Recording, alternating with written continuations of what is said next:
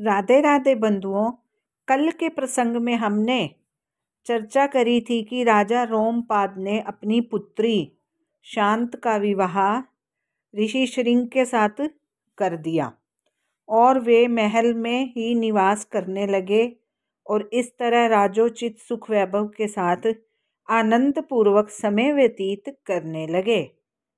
सुमंत्र ने अपनी कथा समाप्त करते हुए राजा दशरथ से कहा, हे राजन, सनत कुमार ने भविष्यवाणी की थी कि आप अपने मित्र रोमपाद से सहायता लेंगे एवं उनसे आग्रह करेंगे कि वे कौशल राज्य में आकर ऋषि श्रृंग को अश्वमेध यज्ञ संपादित करने की आज्ञा दें।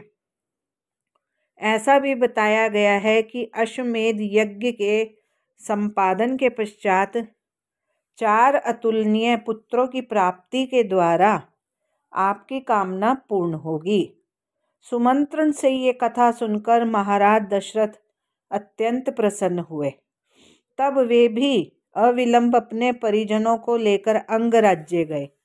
वहां उनका महाराज रोमपाद द्वारा भव्य स्वागत किया गया और उसी समय अंग देश के राजा ने ऋषि श्रृंग को सूचित किया कि उनके असली ससुर दशरथ हैं। लगभग 1 सप्ताह तक रोमपाद के अतिथि सत्कार का आनंद लेने के बाद महाराज दशरथ ने अपने मित्र से कहा, मैं दीर्घकाल से विषादग्रस्त हूँ, क्योंकि अपने प्रख्यात वंश को आगे बढ़ाने हेतु मुझे अभी तक पुत्र की प्राप्ति नहीं हुई है। अतः मैं आपसे याचना करता हूँ कि आप ऋषि श्रृंग को अयोध्या भेजकर मेरी ओर से अश्वमेध यज्ञ संपादित करने की आज्ञा दें।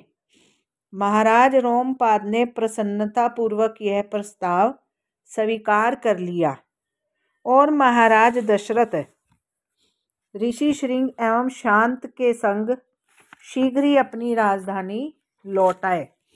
तत्पश्चात वसंत ऋतु के आगमन पर महाराज दशरथ ने ऋषि श्रृंग से अश्वमेध यज्ञ संपादन संबंधी निर्देशों के लिए याचना की। इस प्रकार यज्ञ के लिए आवश्यक प्रबंध किए जाने लगे तथा सरयू नदी के उत्तरी तट पर स्थित एक स्थान का चयन किया गया। अश्वमेध यज्ञ करवाने वाले राजा को अपने अधीनस्थ राजाओं पर प्रभुत्व स्थापित करने के लिए युद्ध की चेतावनी के रूप में अपने सिपाहियों के साथ एक घोड़े अर्थात अश्व को विश्व भर में भ्रमण करने के लिए छोड़ना होता है। घोड़े के किसी राज्य में पहुंचने पर वहां के राजा को अश्वमेध यज्ञ करवाने वाले राजा के प्रतिनिधि को उपहार देकर अधीनता स्वीकार करनी पड़ती है अथवा वे घोड़े को पकड़कर युद्ध कर सकता है।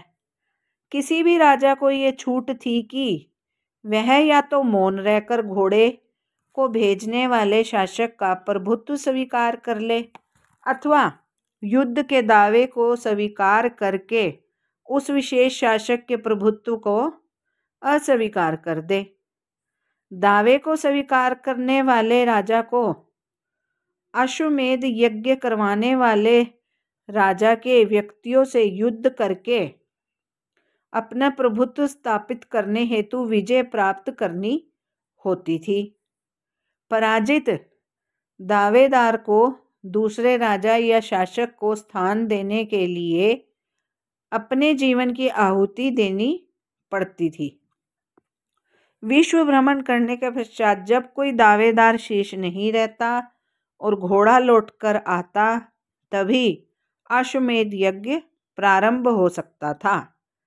यह जानकर कि राजा जनक ही भविष्य में उनके पुत्रों के ससुर होंगे, महाराज दशरथ ने प्रथम निमंत्रण उन्हें भेजा।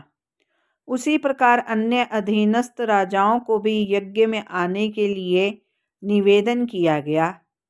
1 वर्ष की अवधि के पश्चात जब यज्ञ का घोड़ा 400 राजकुमारों के संरक्षण में सारी पृथ्वी का भ्रमण करने के पश्चात लौटा, तब यज्ञ प्रारंभ हुआ। राधे राधे मित्रों, शेष चर्चा कल।